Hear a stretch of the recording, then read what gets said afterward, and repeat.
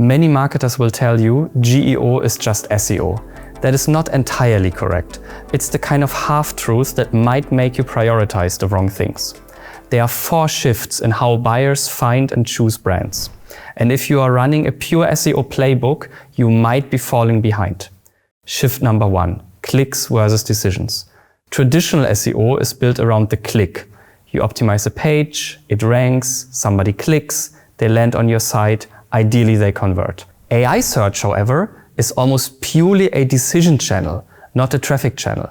Somebody asks ChatGPT, what is the best CRM for a 50-person B2B SaaS startup? The model gives them an answer. They read it, they decide. They never visit your website. There's no click. There's no session in your analytics. Your homepage, your product imagery, your carefully crafted corporate identity, none of it gets seen. Once you accept that, you can throw half your SEO instincts out the window. You are no longer optimizing a landing page. You are optimizing what the model says about you when you are not in the room. This is the first shift. Your landing page is not the last thing the user sees before they decide to buy. The chat is. Shift number 2. No more clicks. Let's put some numbers on this. In Google search, around 40% of searches used to lead to a click. With AI overviews, that number dropped to 35%, maybe even just 30%. On average.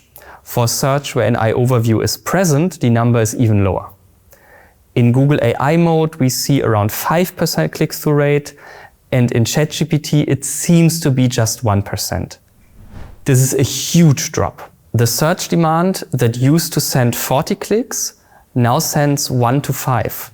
But the search demand drives an equal amount of decisions and revenue. The few users who arrive on your website are actually more educated and tend to convert better. I recently saw a case where, according to web analytics, 0% of leads came from LLMs. But when they started to ask every new lead, where did you hear about us? That number jumped to 23%. When it comes to LLM recommendations, click-based attribution fails. Imagine you are assigning your marketing budget for next year. You must know if a channel delivers 0% or 23% of new customers. That was the click shift. LLMs don't send traffic, they send buyers who already decided. Let's look at shift number 3, websites versus brands. This is probably the most impactful shift for the daily work of an SEO or GEO manager. In SEO, your website ranks, the URL is the central unit. You optimize a page for keyword or topic or intent, and you fight for position 1.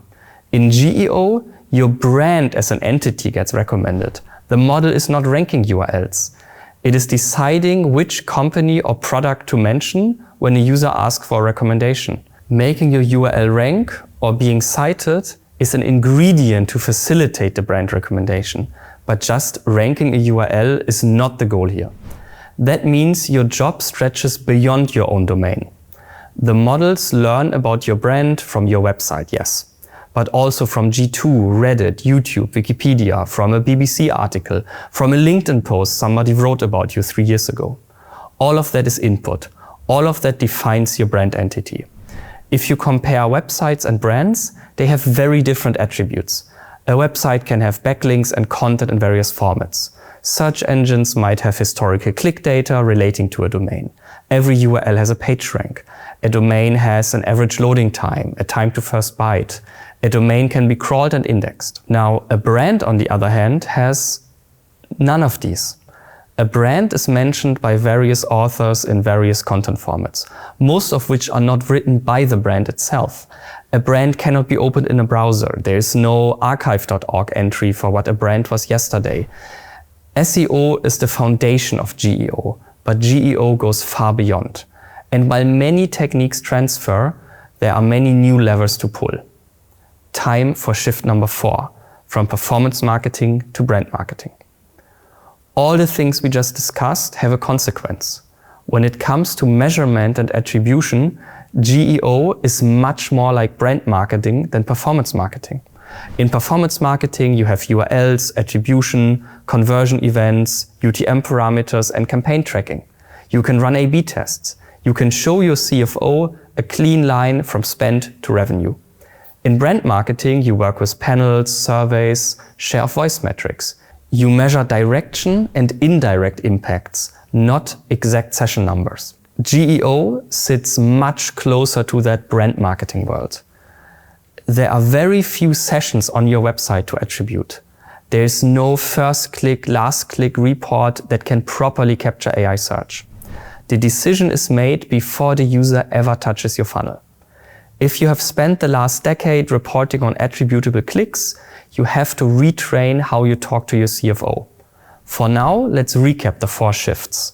First, click versus decision. The buying decision now happens in the chat, not on your landing page. Number 2, CTR has dropped significantly, but people still spend as much money as before. So don't measure GEO by your old SEO KPIs.